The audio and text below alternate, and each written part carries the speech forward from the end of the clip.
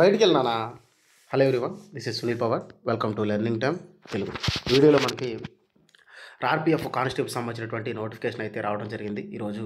So ఆ notification సంబంధించినటువంటి పూర్తి వివరాలు ఈ వీడియోలో మనం అయితే డిస్కషన్ అయితే చేద్దాం. దీనిలో అప్లికేషన్ డేటు, అలాగే ఏజ్ రిలాక్సేషను, సిలబస్, అలాగే ఎన్ని వేకెన్సీస్ ఉన్నాయి, తర్వాత ఎగ్జామ్ ఎలా ఉంటుంది, సో ఇవన్నీ కూడా ఈ వీడియోలో మనం డిస్కషన్ అయితే చేసుకుందాం.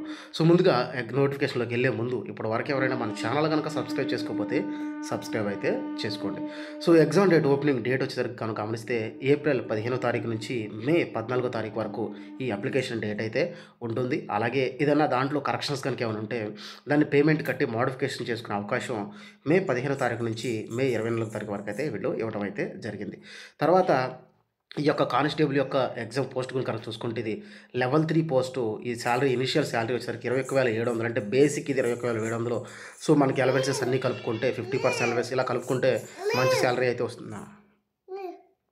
తర్వాత మెడికల్ స్టాండర్డ్ వచ్చేసరికి B1, ఏజ్ వచ్చేసరికి 18 నుంచి 28 సంవత్సరాలు ఏజ్ అయితే ఇవ్వడం జరిగింది. సో అంతకుముందు 18 నుంచి 25 ఉండేది. సో ఈ కోవిడ్ వల్ల ఏంటంటే 3 ఇయర్స్ ఎక్స్ట్రా వీళ్ళు మనకి ఎక్స్ట్రా అయితే ఇవ్వడం అయితే జరిగిందనమాట. అలాగే టోటల్ వేకెన్సీస్ వచ్చేసరికి 4,208 వేకెన్సీస్ అయితే ఉన్నాయి. సో దాంట్లో కనుక గమనిస్తే ఈ ఈ 18 నుంచి 28తో పాటు SC ST వాళ్ళకి వచ్చేసరికి 5 ఇయర్స్ ఏజ్ రిలాక్సేషన్, అలాగే OBC వచ్చేసరికి 3 ఇయర్స్ ఏజ్ రిలాక్సేషన్ ఇచ్చారు. అలాగే మనకి ఓవరాల్గా డేట్లు కూడా వీళ్ళైతే ఇవ్వడం జరిగింది, ఎక్కడి నుంచి ఎక్కడి వరకు అప్లికేషన్ పెట్టుకోవడం ఫెసిలిటీ అయితే. సో అన్రిజర్వ్డ్ EWS వచ్చేసరికి 1996 జూలై 2, అలాగే OBC వచ్చేసరికి 1993 జూలై 2, అలాగే SC ST వచ్చేసరికి జూలై 2, 1991 వరకు వీళ్ళు ఏజ్ రిలాక్సేషన్ డేట్ సహా ఇచ్చారు. అలాగే lower limit date of birth వచ్చేసరికి జూలై 1, 2006. 2006 కంటే ముందు పుట్టుండాలి, అలాగే ఈ డేట్ల కంటే తర్వాత పుట్టు అయితే ఉండాల్సి ఉంటుంది. తర్వాత వచ్చేసరికి ఫీ కనుక గమనిస్తే SC ST ఫీమేల్, తర్వాత ఎక్స్ సర్వీస్ మ్యాన్, తర్వాత minorities and economical backward classes వచ్చేసరికి ఫీ వచ్చేసరికి 250 రూపాయలు. అలాగే ఎగ్జామ్ కనుక అటెండ్ అయితే ఈ అమౌంట్ని వాళ్ళు రీఫండ్ అయితే చేస్తారు. అలాగే అన్రిజర్వ్డ్ అలాగే OBC ఎవరైతే ఉన్నారో సో వాళ్ళ యొక్క ఫీ వచ్చేసరికి 5,000 రూపాయలు. వాళ్ళు ఎగ్జామ్ కనుక అటెండ్ అయితే వాళ్ళకి 400 రూపీస్ రీఫండ్ అయితే చేస్తారు. సో ఈ రీఫండ్ అనేది కేవలం ఎగ్జామ్ అటెండ్ అయిన వాళ్ళకి మాత్రమే ఉంటుంది. తర్వాత వచ్చేసరికి ఎగ్జామ్ యొక్క ప్యాటర్న్ కనుక గమనిస్తే మనకి CBT 1 ఒక ఎగ్జామ్ మాత్రమే ఉంటుంది. సో దాంట్లో 90 నిమిషాలు టైం ఇస్తాడు, 120 క్వశ్చన్స్ అయితే ఉంటుంది. దాంట్లో కనుక గమనిస్తే సిలబస్ కనుక చూసుకుంటే మొత్తం మనకి arithmetic, reasoning, general intelligence and reasoning, general awareness, ఇలా 3 టాపిక్స్ ఉంటాయి. సో అర్థమెటిక్ నుంచి 35 మార్కులు, రీజనింగ్ నుంచి 35 మార్కులు, అలాగే జనరల్ అవేర్నెస్ నుంచి 50 మార్కులు అయితే ఉంటుంది. సో ఇవి వీటిలో ఇంపార్టెంట్ టాపిక్స్ ఏమని అనేది నేను బుక్స్తో సహా మరొక వీడియో అయితే చేస్తాను.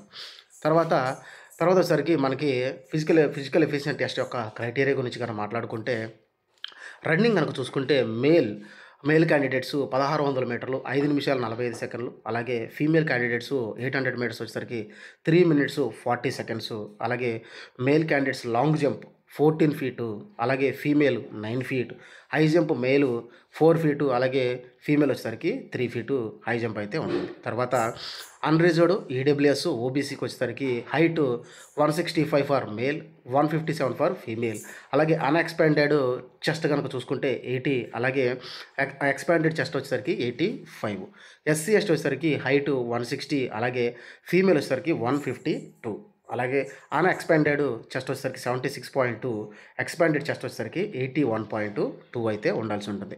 తర్వాత టోటల్ వేకెన్సీస్ కనుక చూసుకుంటే మనకి మొత్తం అన్రిజర్వ్డ్కి వచ్చేసరికి 1450, SCకి 536, ST 268, OBC 966, EWS వచ్చేసరికి 357. టోటల్గా మేల్ క్యాండిడేట్స్కి 3,577 వేకెన్సీ అయితే ఉన్నాయి.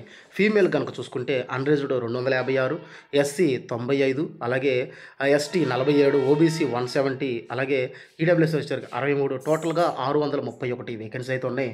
అలాగే ఎక్స్ సర్వీస్ మ్యాన్కి 10% టోటల్ కోటా ఏదైతే ఉంటుందో దాంట్లో నుంచి 420 వేకెన్సీ అయితే ఎక్స్ సర్వీస్ మ్యాన్కి అయితే ఉన్నాయి.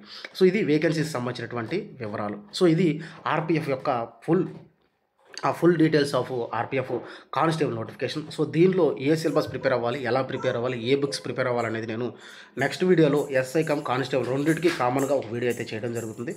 సో మీరు మన ఛానల్ సబ్స్క్రైబ్ చేసుకుని రెగ్యులర్గా ఫాలో అవుతూ ఉంటే సో అలాంటి వీడియోస్ అన్నీ కూడా మీకు చూడడానికి ఈజీగా ఉంటుంది. మనను సబ్స్క్రైబ్ చేసుకొని తర్వాత నోటిఫికేషన్ బెల్ ఐకాన్ కూడా యాక్టివేట్ చేసుకోండి. So thank you for watching and thank you very much. అలాగే మన వాట్సాప్ ఛానల్ ఒకటి ఉంది, దానిలో కూడా జాయిన్ అవ్వండి. కింద మీకు నేను లింక్ అయితే ఇస్తాను.